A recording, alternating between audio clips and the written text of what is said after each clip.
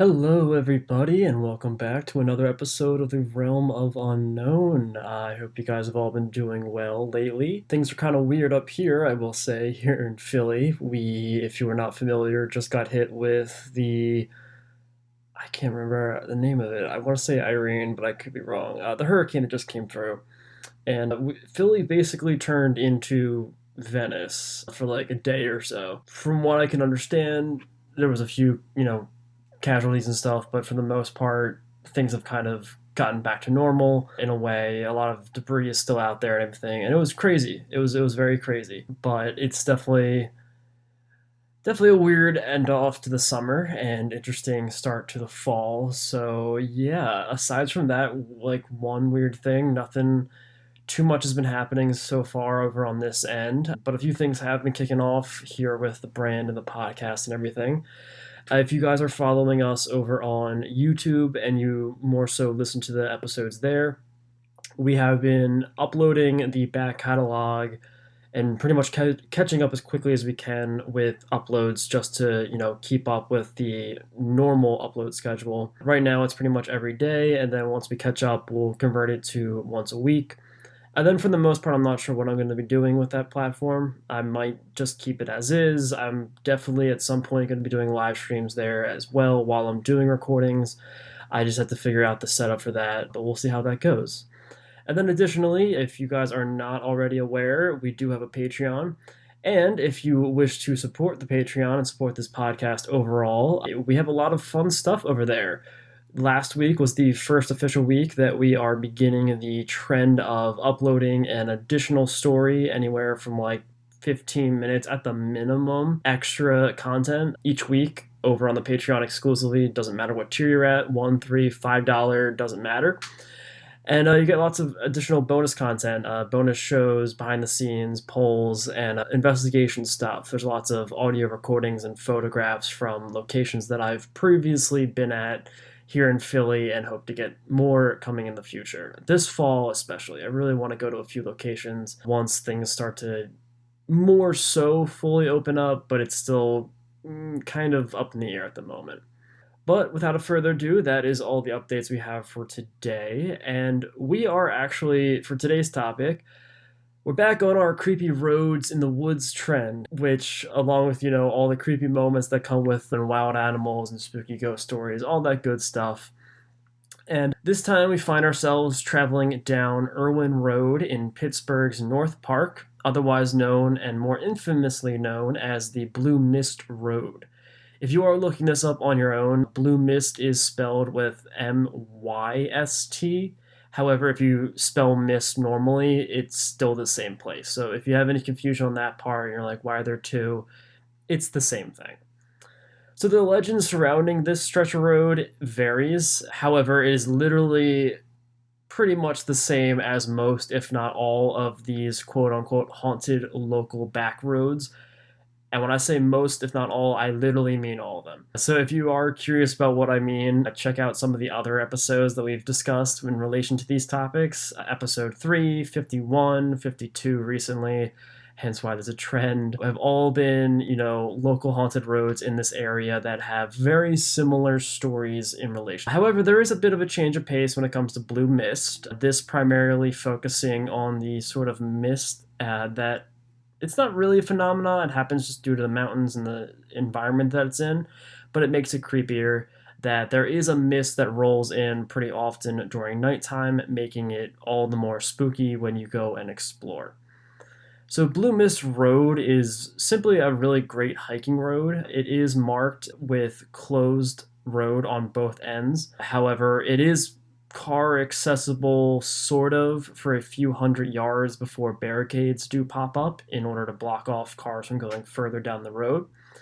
Past the barricades, the roads quickly degrade into sort of a gravel path and run alongside a creek.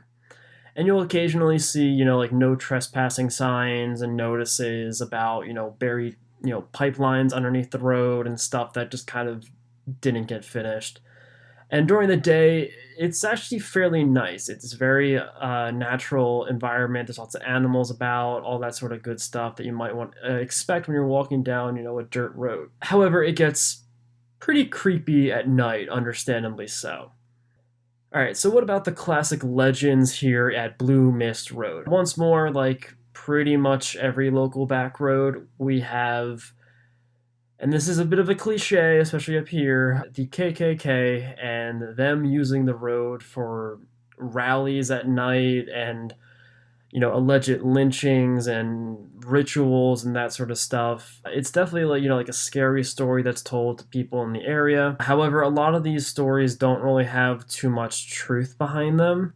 And I did see a few sources that were like, due to the Commonwealth states' history of, abolitionists and stuff like that, that it's highly unlikely that anything like this could ever happen here in Pennsylvania. And I'm just sitting here like, that have you been to PA? Like, have you actually been to Pennsylvania before? Like, we have, I think at one point, like the highest concentration of completely separate clan groups in the state. And it's definitely up there with having very, very backwards thinking ideologies and stuff like that. I mean, I'm more close to Philly, so I don't see it too often, but the suburbs definitely have it. Like, there are some that are pretty bad. And when you travel further out, you definitely see certain things nailed to trees on the highway, and you notice it once you go into small towns and they still have, you know, clan lodges and stuff like that on Main Street, and it's definitely something that's still here in PA. However, when it comes to these sort of backwoods roads that you can't really access normally, it I will agree is a little out there, especially nowadays. I don't think it's still happening. If it ever did happen before, I doubt that it's happening right now. In the woods, at least. People are going to do it at their house if they're going to do it anywhere. There are also a few houses that are on this road. One of them is actually pretty much in ruins, and the only thing left is the foundation. And stories began to spread surrounding this particular structure, in which one of the stories has the house being once occupied by a witch or whatever. That's most of the information. There's literally not much more. While another story would call the location, quote, the Midget Farm, because it was owned by a little person, and derogatory, but this is also another rather common legend when it comes to sort of backwoods areas. This, along with, albino tribes in the woods. This particularly is more along the lines of like a Midgetville type story. And again, derogatory word, but that's what's used, so I'm not gonna censor it. And these are both very much cliches, despite the cruel details and aspects to them that you can pretty much find all over the place, especially up around here and pretty much all across the country. You'll find these sort of things in suburban or rural areas. And at some point I will be doing a more in-depth bonus sort of stories in relation to Midgetvilles and the sort of phenomena that sparked from those, as well as albino tribes and how that kind of became a thing. So stay tuned. I'm not sure when those will come up, but I definitely have both of them in the works. They just require a lot more research into both of them. So what about the sort of more spooky things that happen on Blue Myst Road? So drivers who visit and park their cars also sometimes report seeing strange lights out in the woods at night. These lights are reportedly seen as large blue and fading lights that seem to move along throughout the woods. Much more, condensed than any flashlight. They don't sort of look like someone's walking.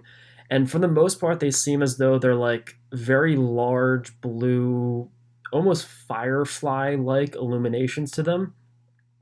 And for the most part, they're not super common, but no one really knows what these are. Furthermore, some paranormal investigators have also claimed to hear the sounds of traditional tribal instruments in the distance.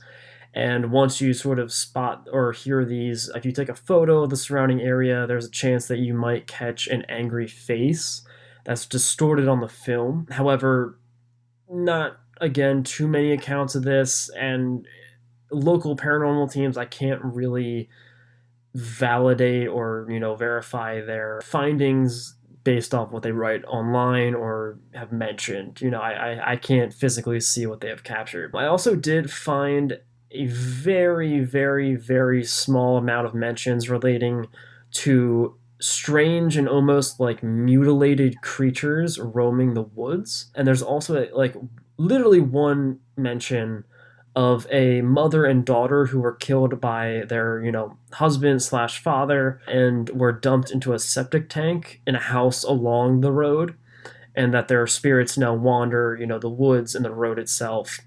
However, again, this story I literally found in like 2 sentences on a very short article website, so I don't really have too much credence towards it.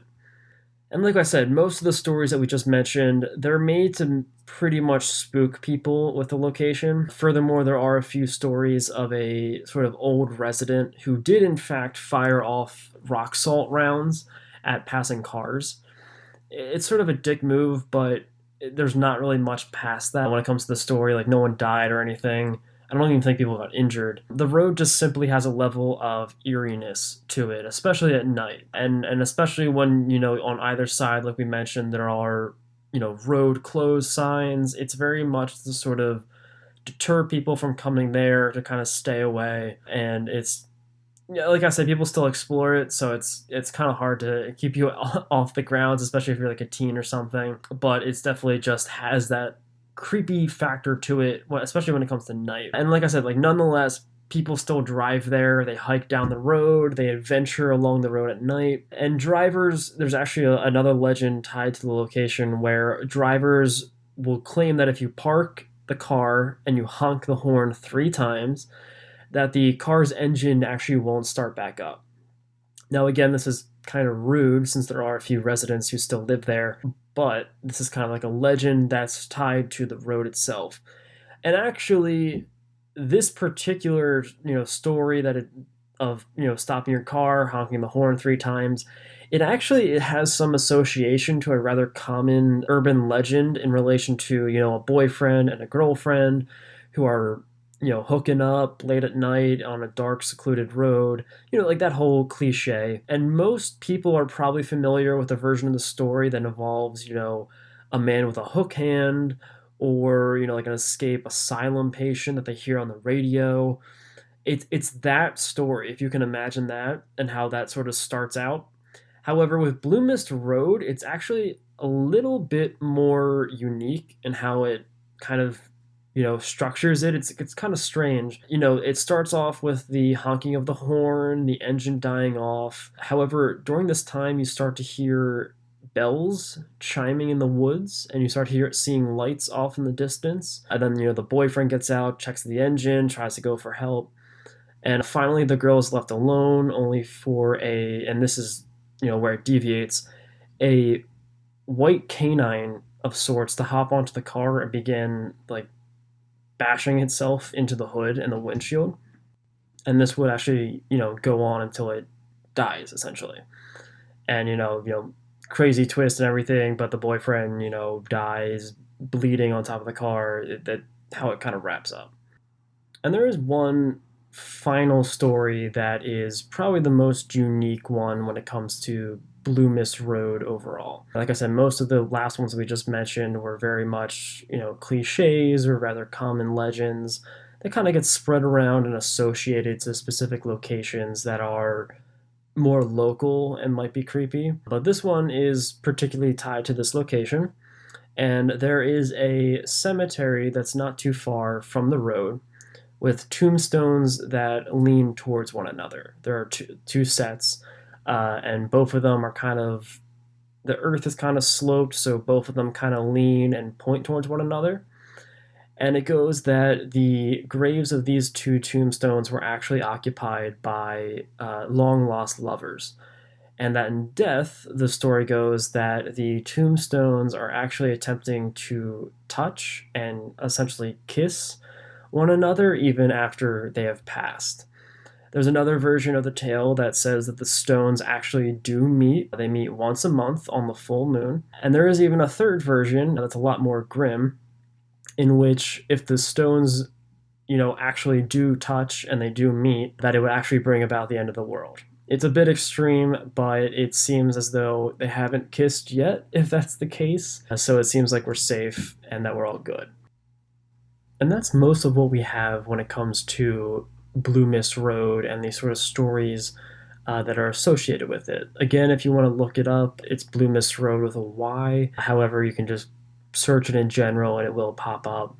And if you're not finding it, check out Irwin Road. It's again located up near Pittsburgh, PA, and you'll find it as well. There's a few stories and a few articles here, and there are a few books that talk about it. If you go to your local Barnes and Nobles, especially here in PA, there's a few Pennsylvania themed ghost books that you can pick up that go into a bit more detail about what's going on. But yeah, for the most part, that's the Blue Myst Road and the continued trend of discussing haunted backwoods roads in the area. For some reason, they're all up here.